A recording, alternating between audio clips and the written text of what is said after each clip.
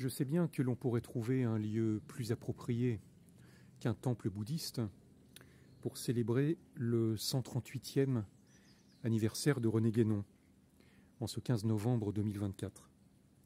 Je sais bien en effet tout ce que René Guénon a pu écrire, peut-être pas contre le bouddhisme, mais en tout cas quand même en défaveur du bouddhisme et en faveur de l'hindouisme.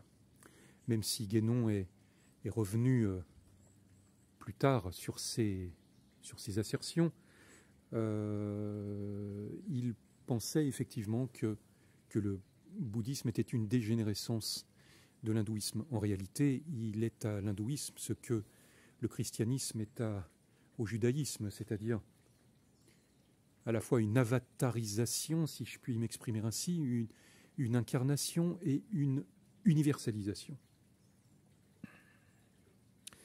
Alors, dans son grand ouvrage « La Grande Triade », qui a été publié, je crois, en 1946, René Guénon intervient sur des notions aussi essentielles que la ternarité, la trinité, en apportant des subtilités qui lui appartiennent en propre, bien sûr.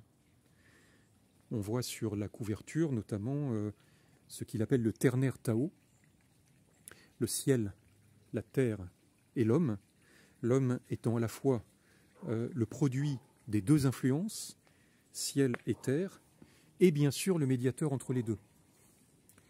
Quelqu'un comme Nicolas Berdieff a beaucoup étudié dans son histoire de l'humanité à la fois le lien de l'homme entre le ciel et la terre et le point de rupture historique qui a constitué bien sûr la Renaissance.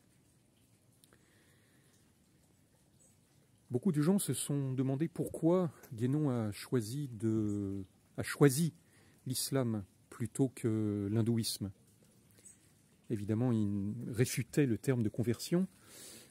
Il disait qu'il s'était assis, ce qui n'est pas non plus un terme très joli, mais enfin, il s'était assis en l'islam. Effectivement, il aurait pu choisir l'hindouisme, mais pourquoi, je pose la question, pourquoi n'aurait-il pas pu choisir le taoïsme, puisque René Guénon était également un grand spécialiste des pensées chinoises, des spiritualités chinoises. D'ailleurs, il avait écrit que le bouddhisme servait de couverture au taoïsme, ce qui n'est pas faux dans l'histoire de la Chine, excepté bien sûr durant certaines périodes comme sous les Tang, où il en fut tout à fait le contraire. Mais en tout cas, la raison pour laquelle Guénon n'a pas choisi le taoïsme m'échappe tout à fait, parce que ça aurait été pour lui une espèce de refuge proprement magnifique. Alors, l'homme gène, ciel, terre, homme, c'est Tien, Ti, gène. Guénon distingue l'homme véritable, Chen gène, de l'homme transcendant. Chen gène, l'homme véritable et l'homme transcendant. L'homme véritable, c'est l'homme qui rejoint le centre horizontalement. L'homme transcendant, c'est celui en qui la verticalité s'abolit. Alors il distingue bien sûr le ternaire ciel, terre, homme de la Trinité Père, Fils, Esprit, qui est une Trinité relevant uniquement de l'essence pure, bien sûr, tandis que la ternarité, qui rejoint le ciel et la terre, rejoint en fait l'essence et la substance par l'intermédiaire de l'homme.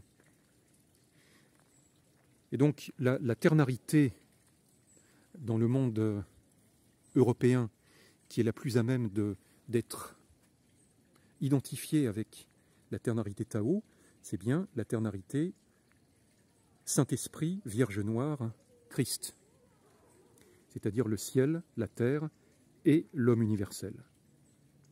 Le ciel, c'est l'activité, le yang pur, comme il l'écrit lui-même, le ciel est entièrement yang et la terre entièrement yin, ce qui revient à dire que l'essence est acte pur et que la substance est puissance pure. À la fin de son ouvrage La Grande Triade, Guénon écrit comment il est possible pour l'homme véritable de devenir transcendant. Dans la voie du milieu, telle que nous venons de l'entendre, il n'y a ni droite ni gauche, ni avant ni arrière, ni haut ni bas. Et l'on peut voir facilement que tant que l'être n'est pas parvenu au centre total, les deux premiers seulement de ces trois ensembles de termes complémentaires peuvent devenir inexistants pour lui.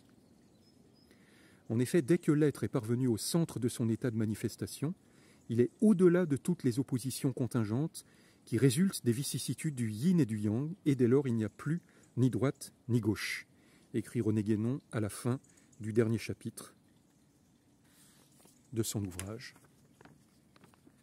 Et il ajoute, pour qu'il n'y ait ni haut ni bas, il faut que le point où l'être se situe soit identifié effectivement au centre de tous les états. De ce point part le vortex sphérique universel qui est la voie suivant laquelle s'écoulent les modifications de toutes choses.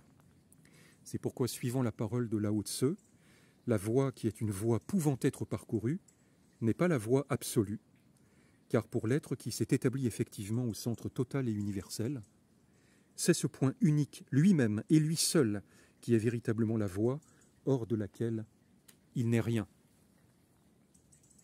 Alors, bien sûr, je termine avec cette splendide sculpture de Maitreya qui se trouve dans ce temple sur les hauteurs de Marseille, pour signifier que, bien plus important encore que le substrat et l'origine des religions, il y a leur fin dernière, l'eschatologie.